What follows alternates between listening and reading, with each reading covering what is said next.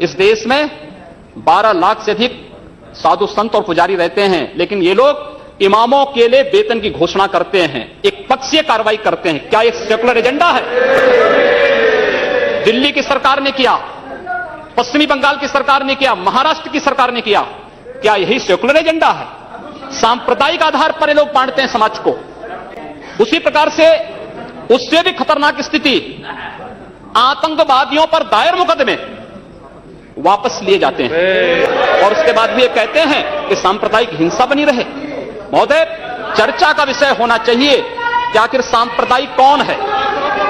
कौन है सांप्रदायिक? महोदय, जो हम लोगों ने जाना है, जो हम लोगों ने समझा है, इस सांप्रदायिक वह होता है जो कहता है कि मेरा इष्ट या मेरा देव या मेरा पैगंबर ही सर्वश्रेष्ठ है। उसके मानने वालों को तो जीवित रहने का अधिकार है, शेष को नहीं।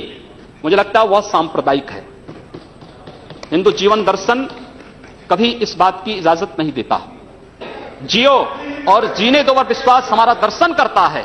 और दुनिया की कौन सा मजहब और कौन सा ऐसी कौम है जिसको विपरीत परिस्थितियों में हिंदू दर्शन ने अपने यहां शरण न दी हो, उसको फलने फूलने का अवसर न दिया हो? कौन सा ऐसा है दुनिया के अंदर?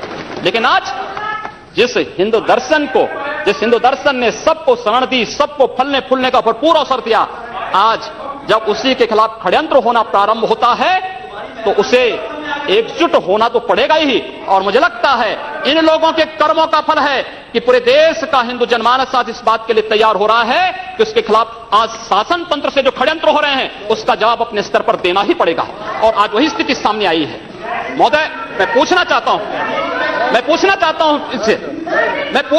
इन लोगों से, जब भारत का मुसलमान हज यात्रा करने के लिए जाता है, महोदय, जब हज यात्रा करने के लिए जाता है, उसकी पहचान कब भारतीय के नाम पर नहीं, पाकिस्तानी के नाम पर नहीं, बांग्लादेशी नाम पर नहीं, भारतीय उपमहाद्वीप का जो भी मुसलमान हज यात्रा करने के लिए जाता है उसकी पहचान हिंदू नाम पर होती है, उसकी पहचान भारतीय, पाकिस्तानी या बांग्लादेश के नाम पर नहीं। लेकिन अगर उसी हिंदू पहचान को हम इनके ऊपर यहां पर लागू करने का प्रयास करते हैं, इनको बुरा लगता है। हिंदू सांप्रदायिकता नहीं, हिंदू राष्ट्रीयता का प्रतीक है। और भारत की राष्ट्रीयता का प्रतीक हिंदुत्व को बदनाम करोगे, उसकी कीमत चुकानी पड़ेगी इन लोगों को। और इसलिए महोदय, मैं आप सबके आपके माध्यम से एक बार कहना चाहता हूं। महोदय, एक बार गुरुदेव रविंद्रनाथ टैगोर ने कहा था, गुरुदेव रविंद्रनाथ टैगोर ने एक बात कही थी।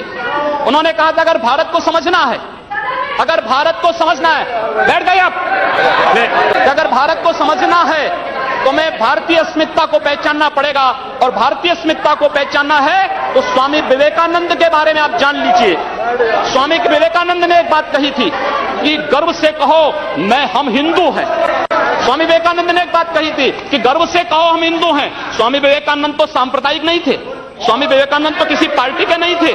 स्वामी विवेकानंद ने तो भारत का प्रतिनिधित्व किया था पूरी दुनिया के अंदर। और दुनिया के अंदर जो हिंदू आज पूरे देश के अंदर, पूरी दुनिया के अंदर अपनी सहिष्णुता के लिए पहचाना जाता था, आज उस हिंदू के साथ किस प्रकार का व्यवहार किया जा रहा है, वह कश्मीर से विस्थापित होता है, उसे कश्मीर से निकाला जाता है। एक भी बार इस सदन में चर्चा नहीं होती है, इन लोगों का मुंह नहीं खुलता जब कश्मीर से 3.5 लाख की संख्या में कश्मीरी पंडित निकाले जाते हैं, तब ये लोग नहीं बोलते। पिछले 2012 में असम के अंदर 3 महीनों तक बोडो जनजाति के लोगों को मारा जाता रहा, कोई नहीं बोला। महोदय, कोई नहीं बोला। जम्मू कश्मीर के बाद जम्मू कश्मीर के हिंदुओं के मारने पर कश्मीरी पंडितों को उनके घरों से बेदखल कर दिया गया। एक भी बार ये लोग बोले नहीं, इनको पीड़ा नहीं हुई। दुनिया के अंदर ये अपने आप में बिरला उदाहरण था जहां पर अपने ही देश में अपने ही जानने वाले लोग विस्थापित होकर के खाना बदोश की जिंदगी जी रहे हैं। उस शर्मनाक घटना की निंदा एक भी बार इन लोगों ने नहीं की। मुंबई के दंगों पर ये लोग मौन रहे। जमशेदपुर और भागलपुर के दंगे कांग्रेस के समय हुए थे, एक भी बार इन लोगों ने उस पर चिंता व्यक्त नहीं की। और तो और 1984 में इस देश के अंदर